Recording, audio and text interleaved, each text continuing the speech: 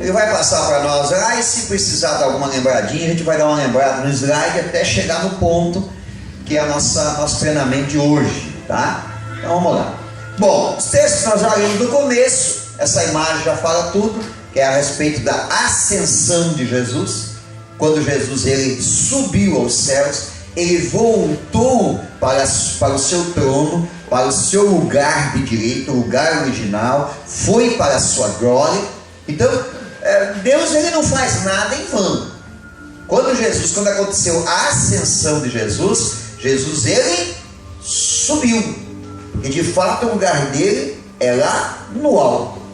E nós estamos nesse treinamento fazendo uma analogia de crescimento, de subirmos na vida em todos os aspectos. Por quê? Porque é uma coisa natural do ser humano ter o desejo de progredir, seja progredir financeiramente, progredir profissionalmente, progredir como cidadão, né? E também é importante salientarmos isso, que tem que ter também um crescimento espiritual e ministerial na nossa vida. A gente tem que progredir no reino de Deus, em todos os aspectos. Aspecto espiritual, de experiência com Deus, de entendimento da palavra de Deus. Se nós estacionarmos em qualquer área da nossa vida, se a gente estacionar, a gente para. A gente para, estacionou, parou. Pega um veículo e deixa ele muito tempo parado para você ver. Enferruja. Depois não tem quem faça funcionar. Então na vida é assim, não pode parar. A gente tem que progredir, tem que crescer. Vai lá. Bom, nós estamos aprendendo com a ascensão de Jesus algumas coisas importantes aqui. Vai lá. Bom, as 7 lições que nós estamos extraindo, estamos aprendendo com esse tempo, eles não dizem respeito com a ascensão de Jesus em si, mas são lições do que aconteceu antes, o que levou Jesus a esta ascensão. Porque nós temos às vezes um desejo de crescimento, um desejo de subirmos na vida, mas não nos apercebemos o que vai nos impulsionarmos a ter esse crescimento, o que vai nos ajudar a subir na vida. É que nem montar um cavalo. Uma das partes mais importantes do arreio do cavalo, ninguém presta atenção nele. Alguém sabe dizer qual é? Qual que você acha que é a parte mais importante de uma... Eu chamo arreio, no Paraná chamava os arreios. Como é que chama aqui? Os apetrechos que vai no cavalo. Ninguém é do Rio Grande do Sul? É tudo nordestino aqui? Como é que chama os apetrechos lá, gente? Como é que... As traias que vai no cavalo? Hã? A sela é uma das partes, mas não é só a sela, não tem? Tem a sela, tem o buçal, tem o freio, tem o pelego, tem o bacheiro, viu? Entende, gente? Vocês estão brincando comigo? Lá chamava os arreios do cavalo. Qual que é uma das partes mais importantes para um montador, para quem vai montar num cavalo? Qual que é uma das partes mais importantes do arreio? O estribo, exatamente. O estribo é que meu irmão, montar um cavalo que está com os arreios sem estribo, só se for no barranco. Ou se o cara for bom de perna, dá aquela bolhada na perna. Eu era bom nesse negócio, gente. Eu vou colocar uma foto, eu vou trazer para vocês verem aqui.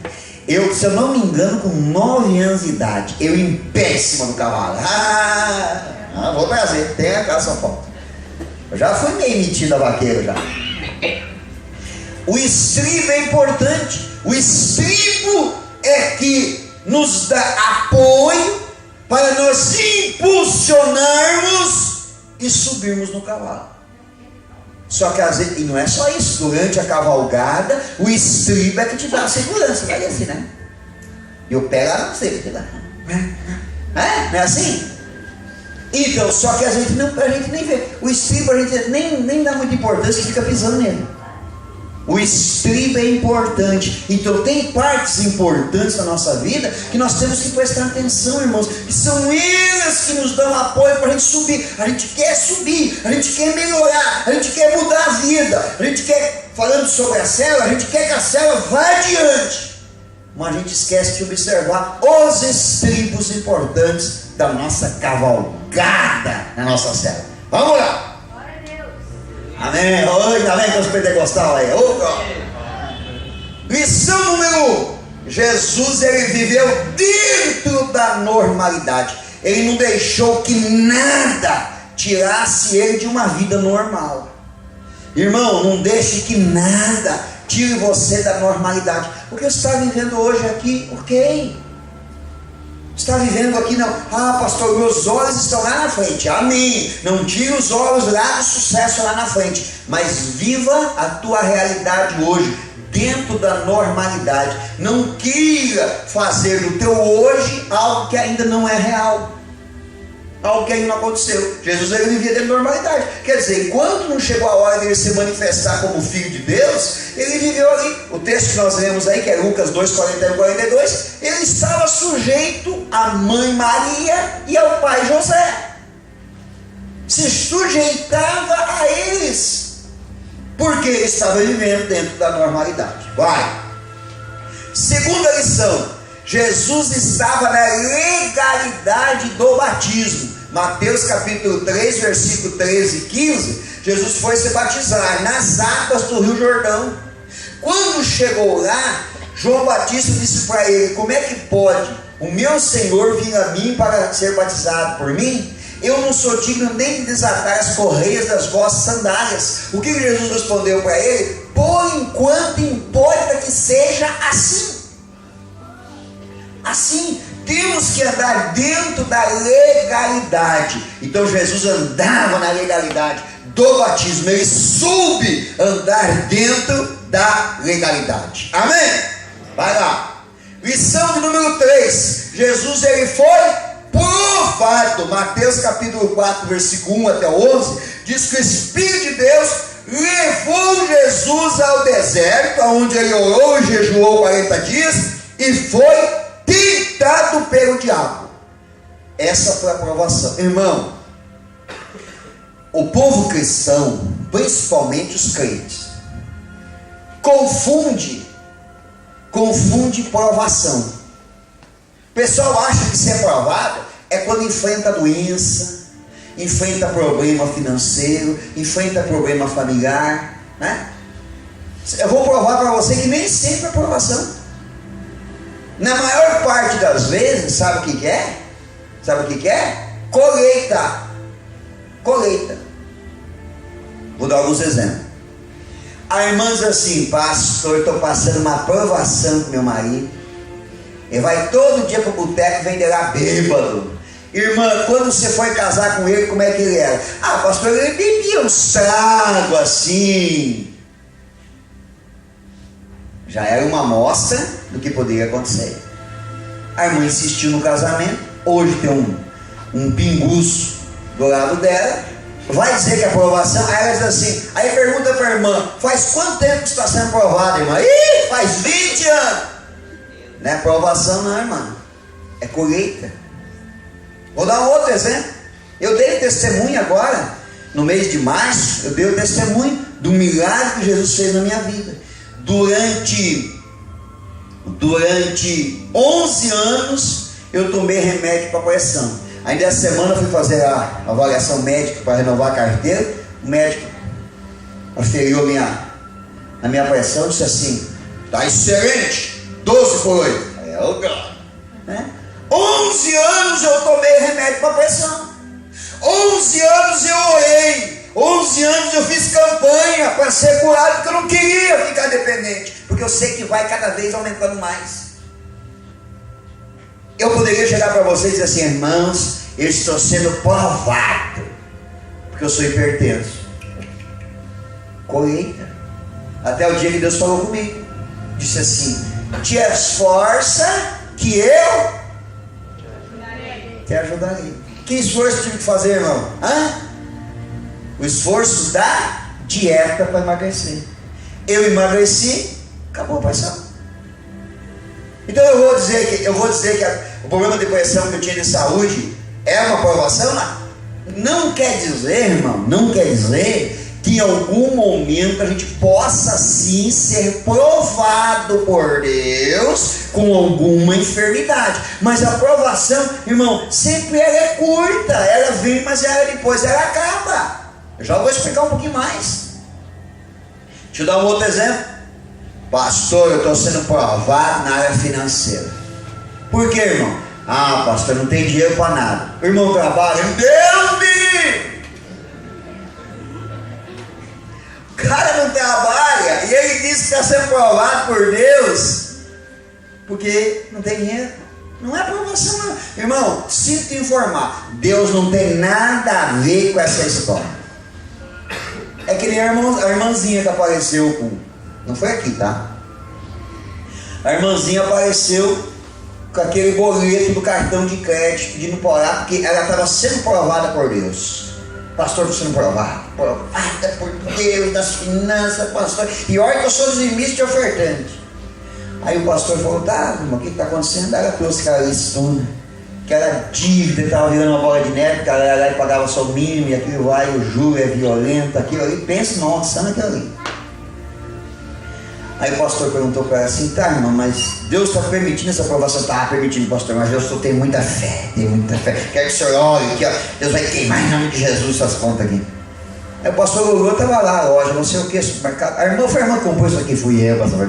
E esse aqui lá, fui eu também. Esse aqui lá, irmã, sinto lhe informar, mas isso aqui não é aprovação, isso é irresponsabilidade. Compra no cartão. Irmã, vamos ser bem sinceros. Tem gente que não pode ter cartão de crédito. Tem gente que não pode ter cartão de crédito e não pode ter conta na venda. Não pode. Tem que ir lá e brigar com o dono da venda e dizer para ele assim, rasga o caderninho aí. Tem gente que não pode. Tem gente que é tranquilo, irmão. Compra fiado, tem cartão de crédito, tem conta em banco, tudo tranquilo. Tem controle, mas tem gente que não tem. Quem não tem, irmão, não adianta culpar e dizer que é o diabo. O diabo já nem fiz nada, nem precisa fazer. É a pessoa se vira sozinha. Ela mesmo arruma o problema. Então isso não é provação. O que é provação? 90% do que é provação na vida do cristão é quando o diabo tenta você a fazer uma coisa que desagrada a Deus. Isso é provação. Deus está te provando. O irmão, quando você vai fazer a prova, lá para carteira de motorista, quem estuda aqui ensino médio, quem faz faculdade, quando você vai fazer a prova, qual é o objetivo de se fazer uma prova? Os irmãos do IDQ, quando você vai fazer uma prova, qual é o objetivo da prova? Alguém sabe me responder? Hã? Não. Aprovar é o resultado. Exatamente. Quem que falou, hein? Quem que falou avaliar? Luan, parabéns.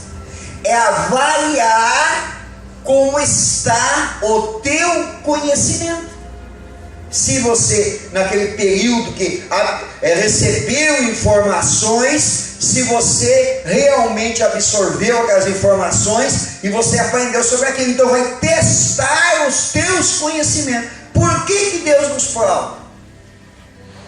Para testar o nosso nível de relacionamento com Ele. Então 90% de provação na vida de um crente é quando Deus permite que o diabo nos tente a fazer uma coisa errada.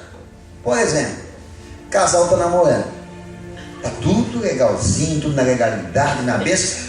Tem uma promessa naquele casal, ou tem uma promessa naquele rapaz, uma promessa naquela menina, que olha, Deus vai usar, Deus vai fazer coisas grandes na vida deles. Aí estão namorando, tentando de tudo, a fazer tudo certinho. Aí o diabo vem e diz assim para eles: ninguém vai ficar sabendo, dorme junto, faz sexo. Deus faz alguma coisa para pedir, irmão?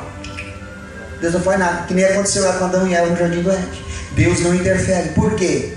Porque se Deus interferir, irmão, se o professor der a prova para você, mas na hora de responder chegasse e dizer assim: dá uma pensadinha, você de fato foi testado o teu conhecimento? Não, houve uma interferência. houve uma interferência, houve uma participação externa. Então Deus, ele não é esse professor. Deus, ele é um professor que ele permite para ver qual é o teu nível, o teu grau de intimidade com ele. Então Deus não interfere. Irmão, nós estamos falando de Jesus, estava lá no deserto, jejuando 40 dias, o diabo apareceu lá e tentou Jesus em 3 áreas da sua vida: física, emocional e espiritual. Deus não fez nada. Mas depois, foi quanto tempo, irmão? 40 dias só. Não foi 20 anos, 40 dias. O texto diz assim, no versículo 11, diz assim, que depois que o diabo se ausentou, vieram os anjos de Deus e fizeram o quê? Serviram a Jesus. E tudo isso que o diabo ofereceu para ele, depois Deus lhe concedeu. O que o diabo tentou ele, Deus concedeu para Jesus depois. Tanto é que aconteceu a ascensão, ele subiu. Então, em algum momento, irmãos, nós vamos ser provados por Deus. Provado em que aspecto? O casal para ter relação antes do casamento, a irmã para mentir para o marido, o outro irmão a comprar fiado e não pagar, né? O jovenzinho lá a dar uma olhadinha na pornografia na internet.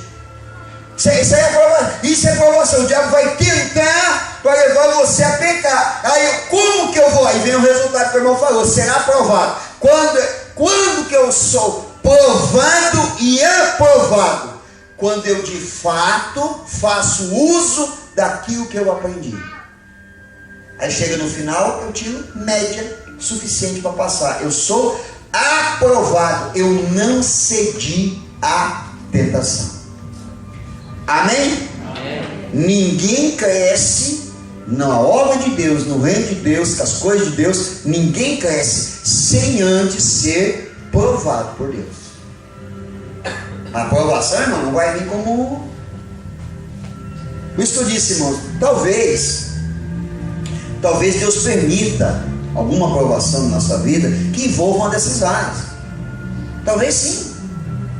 Talvez. Mas é tudo passageiro. É tudo coisa que vai vir e você vai ser tentado a fazer algo que não é correto. Aí você vai resistir e dizer: não, eu aprendi que tem que ser assim. Financeiramente, irmão, quando eu passei a prova financeira, eu era tentado todos os momentos a fazer o quê? A não crer que Deus ia prover. E eu mesmo saía arrumar um emprego para botar sustento dentro de casa. Eu era tentado pelo diabo. O diabo dizia: vai lá, pega um emprego. Vai lá, você tem profissão, trabalha, você sustenta a tua família, você não precisa disso. Aí eu botava aquilo no coração, dizia: mas sabe o que é mesmo? Acho que eu vou fazer isso. Aí Deus não interferia, mas Deus, ele me alertava, ele me dava sonho. Eu sonhava que eu estava até trabalhando naquele serviço, mas sem roupa, ou com a roupa suja e rasgada, que significa vergonha. O que Deus está fazendo para mim? Vai, que aí vai, você vai passar a vergonha. Então eu estava sendo provado, irmãos, a confiar em Deus, naquele momento difícil financeiramente. Só que um dia acabou. Não é uma coisa que vai durar a vida toda, irmão. Um dia acabou. Amém? Amém. Entenderam? Essa é a lição 3. Vamos para a lição número 4.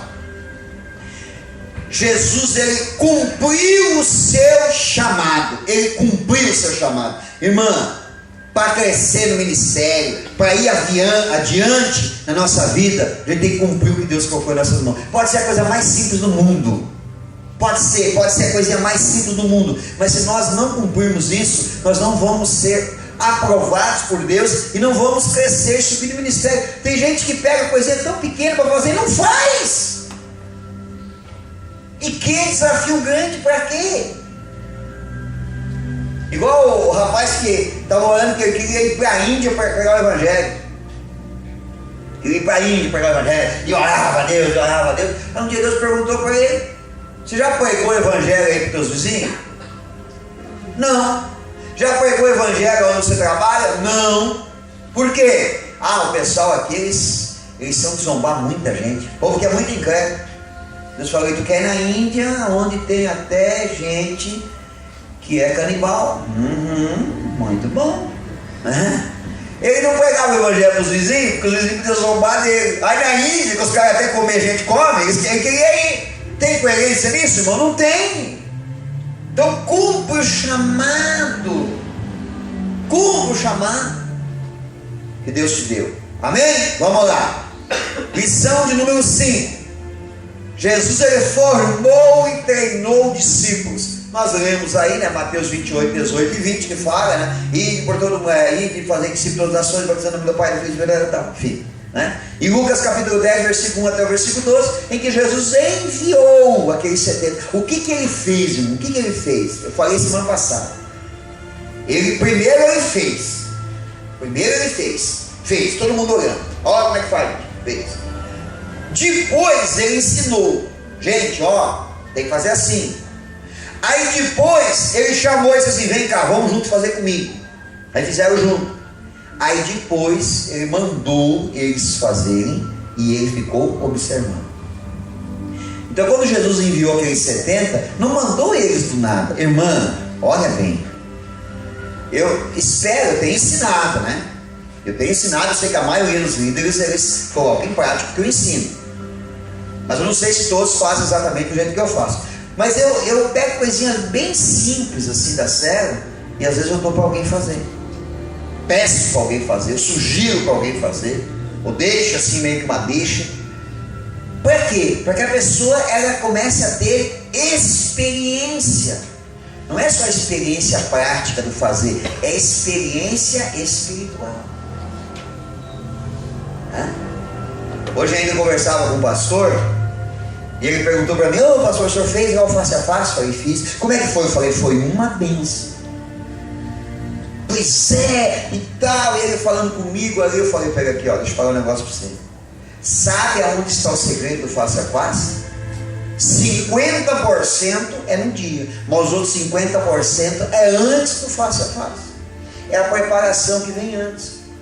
Então a gente ficou aqui, irmão, preparando o pessoal, ensinando, treinando, orientando. Irmãos, eu estou falando de face a face para os líderes e para os obreiros que ministraram lá. Faz 2 anos que eu estou falando com eles sobre isso.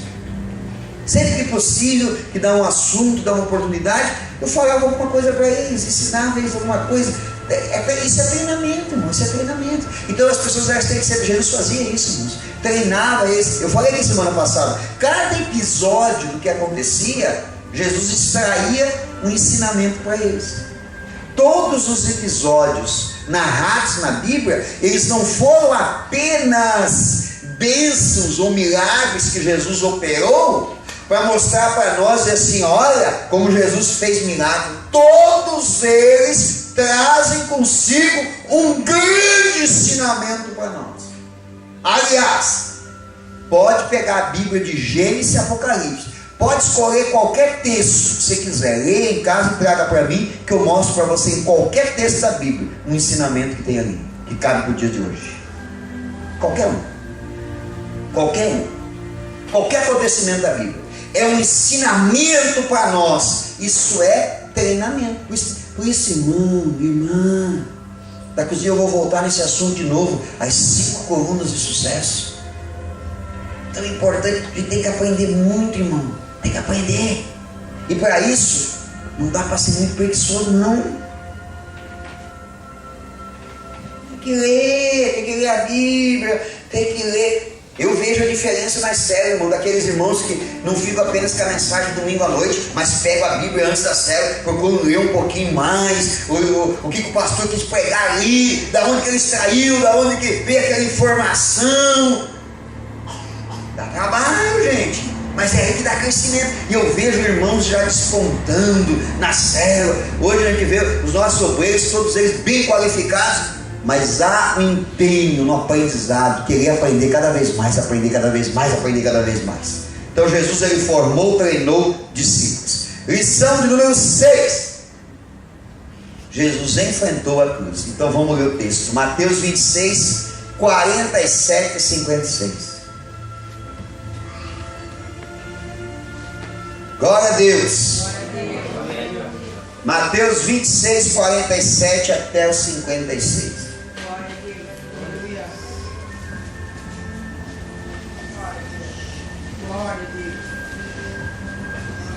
Amém? Amém.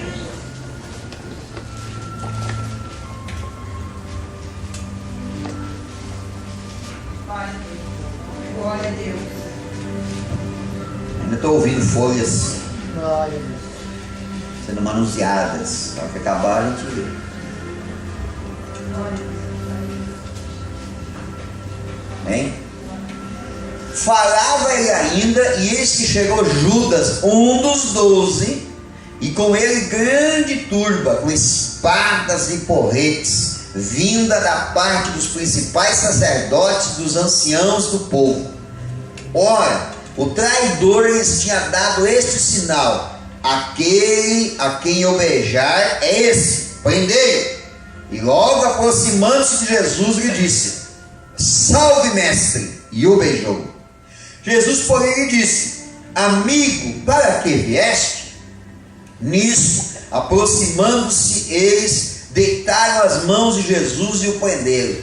E eis que um dos que estavam com Jesus, estendendo a mão, sacou da espada, e golpeando o servo do sumo sacerdote, cortou-lhe a orelha. Então Jesus lhe disse: embainha a tua espada, pois todos os que lançam mão da espada, a espada perecerão. Acaso pensas que não posso rogar a meu Pai, e Ele me mandaria neste momento mais de 12 legiões de anjos? Como, pois, se cumpririam as Escrituras, segundo as quais assim deve suceder? Naquele momento disse Jesus às multidões: saístes com espadas e porretes para prender-me, como a um salteador? Todos os dias no templo eu me assentava convosco ensinando, e não me prendeste. Tudo isso, porém, aconteceu para que se cumprisse a escritura dos profetas. Então os discípulos todos, deixando, fugiram. Amém? Amém. Irmão, você quer crescer? Quer subir no ministério? Quer subir na vida? Enfrente a cruz. Enfrente os desafios que estão propostos para você. Ah, pastor, vai ser fácil? Não, não vai ser fácil, não, é difícil. Agora, enfrentar a cruz, o que significa enfrentar a cruz, irmãos? O que significa enfrentar esse desafio? Significa você, pela obra de Deus, pelo reino de Deus, enfrentar traidores, pessoas próximas a você que beijam o teu rosto e que te traem.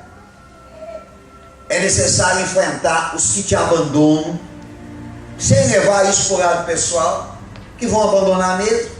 Alguns vão abandonar e depois vão voltar. Você tem que recebê-los com todo o amor do mundo, tem que perdoar, tem que abençoar a vida deles, tocar o barco para frente, está tudo bem. Vai acontecer isso, é enfrentar a cruz, irmão. Isso é enfrentar a cruz. Jesus, irmãos, só fez o bem, curou as pessoas, abençoou as pessoas. E o que Judas Iscariotes fez? Por causa de 30 moedas de prata, vendeu Jesus, traiu Jesus e ainda veio e deu um beijo no rosto dele. Agora vem um detalhe importante. O que fez Pedro? Pedro reagiu. Arrancou a espada. É o único discípulo de Jesus que portava uma arma branca, uma arma de corte. E Jesus deixou? Deixou, irmão. Deixou por quê? Porque ia chegar o dia que Pedro renunciaria à sua espada. Irmão, não sou eu e você que vamos transformar essas pessoas. Tem um irmão que é mais áspero, tem um irmão que é mais agressivo nas palavras, é mais impulsivo e reage, e não sou eu que vou tirar a espada dele. Se nem Jesus tirou a espada de Pedro. Você acha que Jesus não sabia que Pedro tinha uma espada? Sabia. Jesus fez alguma coisa? Não, Jesus não fez. Só que quando Pedro tirou a espada, qual foi o exemplo de Jesus? Pedro cortou o irmão, cortou o Malco, feriu o Malco. O que Jesus fez? Sarou o Malco. O nome do rapaz que teve a orelha cortada chamava-se Malco. Pedro feriu o Malco, cortou a orelha do Malco. O que Jesus fez? Sarou, curou. Quem era o Malco? Era um daqueles que vieram para prender Jesus. Era um daqueles que vieram para levar Jesus da cruz. Mas Jesus sabia que ele tinha que enfrentar a cruz.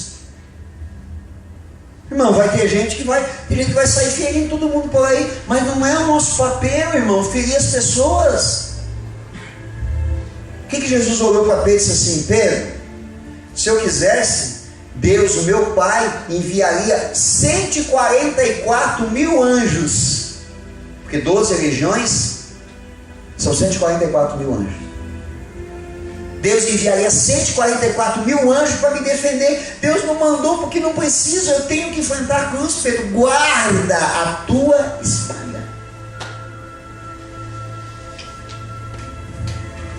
Quando você vê alguém traindo, nos abandonando, mentindo a nosso respeito, não machuca ele não. Não machuca, não entra no Facebook para machucar ele não. Quando você encontrar ele na rua, vira a cara para ele não. Não machuca ele não. Com palavras, com gestos, com cobrança. Não apareceu mais na igreja? Machuca ele não, irmão. Ele precisa de alguém que saia, ele não precisa de alguém que machuque ele. Cumprimente ele, abrace ele, diga: Jesus te ama. É diferente você sentar na mesa com eles. É diferente você ter comunhão com eles. Você não machuca eles, mas você não precisa sentar lá na mesa com eles e ter comunhão com eles. Outro dia alguém falando comigo, disse assim: pastor, mas fulano fez isso, fulano fez aquilo. Falei: irmão, eu não vou me cansar de falar. O tempo é o melhor remédio. Eu sou admirador de um sábio da Bíblia que pouco é mencionado o nome dele, Gamaliel. Chegaram para Gamaliel, fizeram um concílio, ele era fariseu, pertencia ao Sinédrio, homem importante. Reuniu o Sinédrio e disseram assim: olha, os apóstolos, discípulos de Jesus, estão pregando sobre essa seita aí. Vamos prender eles. Todo mundo, vamos prender, vamos açoitar. Gamaliel falou assim, ele viu a mão e falou assim: para aí, gente. Se a obra é de Deus, não tem quem barre. E se é de homens, deixa que ela se desfaça. Eu digo mesmo.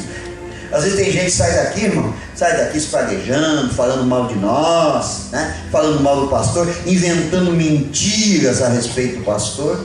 Aí se reúne com um grupo de pessoas, e aí, não, agora nós estamos na igreja verdadeira, agora nós temos uma igreja que tem uns. Teve gente que saiu daqui e depois postou no Facebook e disse assim: agora nós estamos numa igreja de verdade.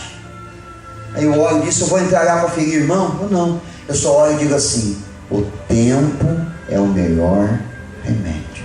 Se a obra é de Deus, não sou eu que vou impedir. Se não é de homens, deixa aí que não vai durar muito. O que Jesus disse para aqueles que vieram com paus, porretes para prender? Ele disse assim: ô gente, eu não estava todo dia lá no templo pregando para vocês? Eu estava lá orando por vocês no templo todo dia. Eu estava lá, reuni com vocês, fui na casa de algum de vocês, fui na beira do lago de Genezaré, estive na montanha pregando. Eu nunca fiz nada escondido, eu sempre estive em público. Agora, se você me prender de noite, não falou nesse tom de voz, né? Ele falou bem suave. Vocês vêm de noite me prender com porretes e espada. Outro dia alguém comentou comigo e disse assim: pastor, fulano esteve na casa lá de fulano e esteve lá falando mal do senhor. Eu digo assim: a não ser que essa pessoa é muito leviana, né? Porque eu estou na igreja na terça, na sexta, eu estou em 2 células, na quarta e na quinta. E no domingo estou aqui na igreja pregando o evangelho. É só vir aqui sentar no banco e ouvir o que eu falo. Se a pessoa não prefere não dar ouvido para as coisas que eu prego e dar ouvido para alguém que vai lá falar mal de mim, é porque é o sinal que ela é farinha do mesmo saco. Eu vou na casa de alguém aqui para falar mal do meu irmão?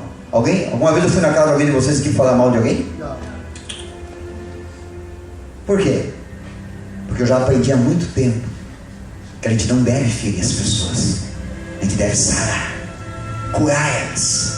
O papel de ferir é um sinal de quem não se converteu ainda. O que Jesus disse? Que base, pastor, o senhor usa para falar isso? Eu vou usar a base de Pedro. Pedro usou a espada. Naquele momento Jesus não falou nada. Pode ler, irmão, acho que está lá em Marcos, se não me engano, ou Lucas, alguma coisa assim. Depois da ascensão de Jesus, Jesus foi ter com os discípulos. especialmente com Pedro. Falou assim: Pedro, quando tu se converteres, cuida dos teus irmãos. Pedro, ele puxou a espada porque ele ainda não era convertido. Quem é convertido, irmãos, não machuca ninguém. Não machuca ninguém. Às vezes eu fico olhando, irmãos, Facebook tem o lado bom, né? Mas 90% dali não edifica em nada. Mas às vezes eu fico olhando como as pessoas... É o Facebook e o WhatsApp agora. Como os irmãos ficam se machucando em rede social. Ficam se machucando, se alfinetando, dando indireta um para o outro. Convertido não faz isso, irmão. Não faz. Ora, tem alguma coisa, estou descontente, estou triste, estou chateado com alguma coisa, vamos o joelho, vou orar. Eu faço isso, irmão, eu oro. Outro dia saí do banco, encontrei uma irmã que congregava aqui na igreja, cumprimentei ela, ela não cumprimentou. Pastor, o senhor ficou sentido, chateado? Não, irmão, fiquei horrorizado, fiquei triste, lógico. Comentei com a pastora, falei para ela, acabei de encontrar a irmã falando que estava ali, e ela passou e eu comentei, falei: paz, irmã. Ela fez assim. Aí eu vou entrar no Facebook e vou postar lá. Irmão, que não cumprimenta a gente. Eu fiquei triste, orei a Deus, mas eu não falei para ninguém. Eu não falei para ninguém. Estou comentando com vocês que jamais vou falar o nome da pessoa de jeito nenhum. Só estou usando como exemplo. Porque o nosso papel não é machucar ninguém. Jesus soube enfrentar a sua cruz. Você vai ter que enfrentar a tua. Você quer crescer na vida, seja como cidadão, como cristão, crescer no ministério, não importa qual área seja, você vai ter que aprender a enfrentar a cruz que está proposta para você. A tua não é igual à minha, a minha não é igual à tua. Não significa que o que eu passo você tem que passar também, mas todo mundo vai enfrentar a sua cruz. Amém? Amém. Acho que nós temos mais uma, mais duas lições. Deixa eu ver lá. 7. É isso. Semana que vem nós terminamos com a última lição. Amém? Fique em pé, vamos orar. Eu encerro fazendo essa oração. Quando alguém te procurar para falar mal do pastor Jadir, diga para ele assim: ó, na terça, na sexta e no domingo, o pastor está no templo pregando o evangelho.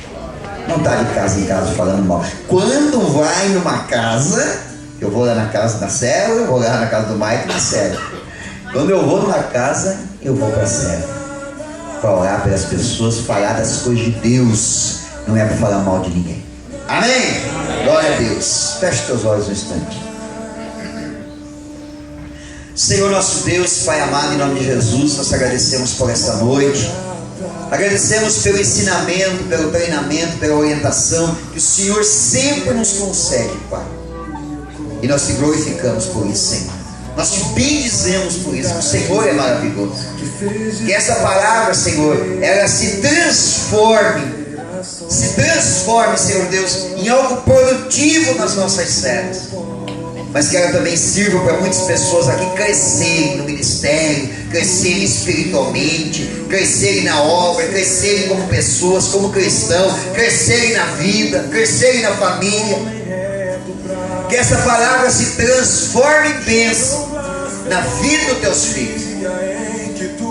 Leva-nos em paz agora, Pai. Eu oro pelos cadernos de oração, pedindo a bênção sobre cada célula, as reuniões de núcleo desta noite. E eu te peço, Senhor, abençoa também todos os trabalhadores pelo dia de hoje, pelo dia do trabalho, todos os diáconos pelo dia do diaconado. E eu peço que o Senhor nos leve em paz, guardados e protegidos. O grande amor do Deus Pai, a graça do Senhor Jesus Cristo, seu Filho amado, e a comunhão consoladora do Espírito Santo seja com todos e com todos permaneça em nome de Jesus. A todos uma boa noite, uma boa reunião de núcleo. Vá em paz e que Deus continue te abençoando em nome de Jesus.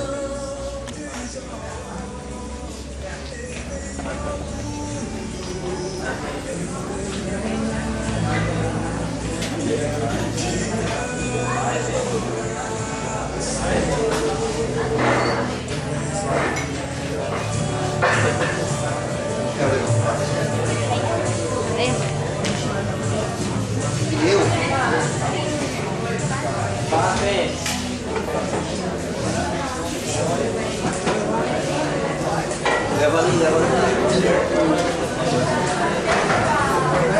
Dá pra deixar aqui.